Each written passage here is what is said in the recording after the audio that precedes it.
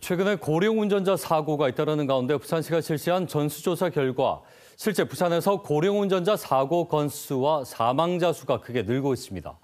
특히 사망사고 비율은 비고령자보다 2배 가까이 큰데 사고가 나면 대형 참사로 이어질 수 있습니다. 보도에 김아른의 기자입니다. 인도로 돌진해 행인 2명을 들이받아 숨지게 한 70대 승용차 운전자. 경찰 조사에서 사고 당시 기억이 잘 나지 않는다고 진술한 것으로 알려졌습니다. 지난 7월엔 70대 운전자가 몰던 승용차가 아파트 놀이터로 돌진해 하마터면 대형 사고로 이어질 뻔했습니다. 부산시가 13명의 사상자가 발생한 서울시청역 역주행 사고 이후 만 65세 이상 고령 운전자에 대한 전수조사를 실시했습니다. 지난 5년 동안 발생한 부산의 고령 운전자 사고는 2,300여 건, 전체 사고의 21.4%를 차지하고 총 사망자 수도 129명에 달합니다.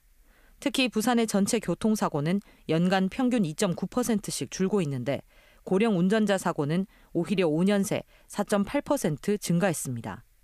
고령 운전자 사고 10건 중 6건은 제동장치 작동 미숙이나 어린이 보호구역 내 위반 등 안전운행 미이행으로 발생한 것으로 조사됐습니다. 고령 운전자는 사고가 더 잦게 그리고 인명피해는 더 크게 나타나는 것으로 집계됐습니다. 지난해 운전자 10,000명당 사망자 비율은 고령 운전자가 0.86으로 비고령자보다 2배 가까이 높습니다.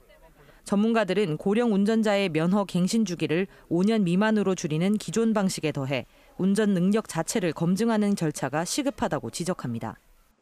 운전 인지능력도 당연히 그렇고요. 실제 이 운전하는 어떤 그 행태적인 측면에서의 그 역량도 한번 좀 제대로 해보는 것도 사실 필요할 것 같다는 생각이 되거든요. 부산의 고령 운전자는 31만 4천여 명. 부산시는 고령 운전자 교통사고 예방을 위한 맞춤형 대책 마련에 착수했습니다. KBS 뉴스 김아른입니다.